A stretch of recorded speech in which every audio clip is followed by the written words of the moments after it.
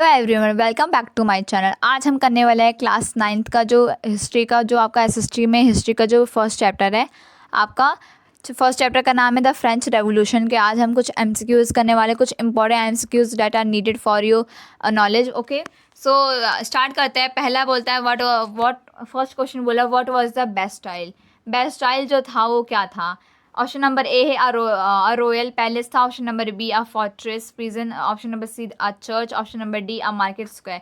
सो basically Bastille क्या था, एक फोर्ट्रेस प्रिजन था। ठीक है, वो उसमें कैदियों को रखा जाता था। तो आपका ऑप्शन नंबर बी आपका एकदम राइट हो जाएगा। ऑप्शन नंबर आपका सेकंड क्वेश्चन बोलता है who was the king of France during the French revolution. मतलब फ्रेंच रेवोल्यूशन जब ये हुआ था तो उस वक्त किंग कौन था फ्रांस का। ये फ्रांस की बात चल रही है ना, तो फ्रांस में उस वक्त किंग कौन था।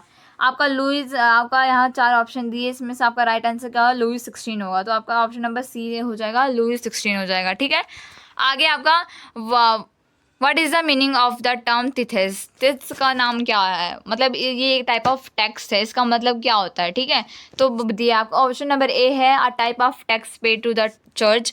बी है आपका type of tax paid to the state. C है आप type of tax paid to the nobles. D है type of tax paid to the king.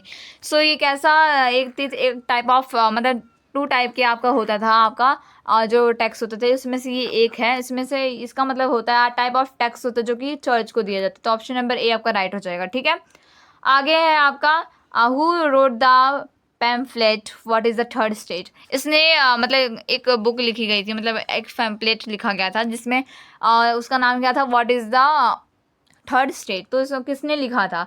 सो आपका राइट आंसर सी हो जाएगा, अबे शीस ने लिखा था। ठीक है, आगे है when did the French Revolution begin. मतलब फ्रेंच रेवोल्यूशन जो हुआ था कब हुआ था, तो आपको बताना है। फ्रेंच रेवोल्यूशन हुआ था 1789 में हुआ था।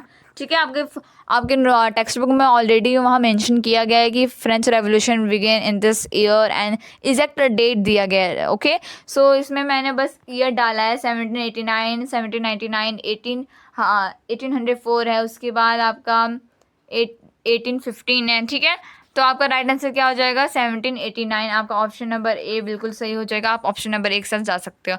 The French society were divided into how many state before the revolution. मतलब ये रेवोल्यूशन जब हुआ उससे पहले जो आपका फ्रेंच रेवोल्यूशन का जो स्टेट था, मतलब स्टेट कितने पार्ट्स में डिवाइडेड था, 2, 3, 4, 5। तो हाँ कितने में, थ्री पार्ट्स में। पहला फर्स्ट स्टेट था, दूसरा सेकंड स्टेट था, थर्ड तीसरा स्टेट था। ठीक है, आगे है आपका what was the main reason for the financial crisis in the France before the revolution. आपका जो जो मेन रीज़न था, जो फ्रांस रेवोल्यूशन, जो ये फ्रेंच रेवोल्यूशन हुआ, इसका जो मेन क्राइटेरिया क्या था, फाइनेंशियल क्राइसिस क्या थे। Option number excessive military spending, या high taxes on the nobility, या economic exploration of the colonies, या lavish spending of the clergy. So आपका राइट आंसर बी हो जाएगा, high taxes on the nobility में होता था। ठीक है, the famous slogan of the French revolution. तो उस टाइम के फ्रेंच रेवोल्यूशन में कुछ नारा था, मतलब उस स्लोगन को हिंदी में नारा बोलते हैं। सो उस फ्रेंच रेवोल्यूशन में कौन सा, मतलब उस वक्त कौन सा फेमस स्लोगन था, तो आपको बताना है। सो आपका लिबर्टी, इक्वलिटी, या फ्रेटर्निटी। सो आपका ऑप्शन नंबर ए यही राइट आंसर हो जाएगा। So the storming of the Bastille occur. जो क्या हुआ था स्टार्टिंग में बेस्टाइल में, क्या जो मेन जो पीपल्स से जनता थी वहाँ के फ्रांस की, उन्होंने क्या किया था, आग लगा दिया था उसके ऊपर। तो ये जो हुआ था ये कौन से दिन पे हुआ था। ठीक है, एग्जैक्ट डेट दिया हुआ है उसमें। सो आपको बताना है। ठीक है, तो ये हुआ था 14 जुलाई 1789 में हुआ था। ठीक है, एग्जैक्ट डेट ऑफ कोर्स उसमें दिया हुआ है। Which event is considered the start of the French revolution. इसमें से कौन सा जो रेवोल्यूशन है, मतलब फ्रेंच रेवोल्यूशन किस चीज़ को लेके, मतलब किस चीज़ के साथ स्टार्ट हुई। ठीक है, ए है the storming of Bastille, the tennis court auth, या द एग्जीक्यूशन ऑफ लुई 16, या द रीजन ऑफ रेयर।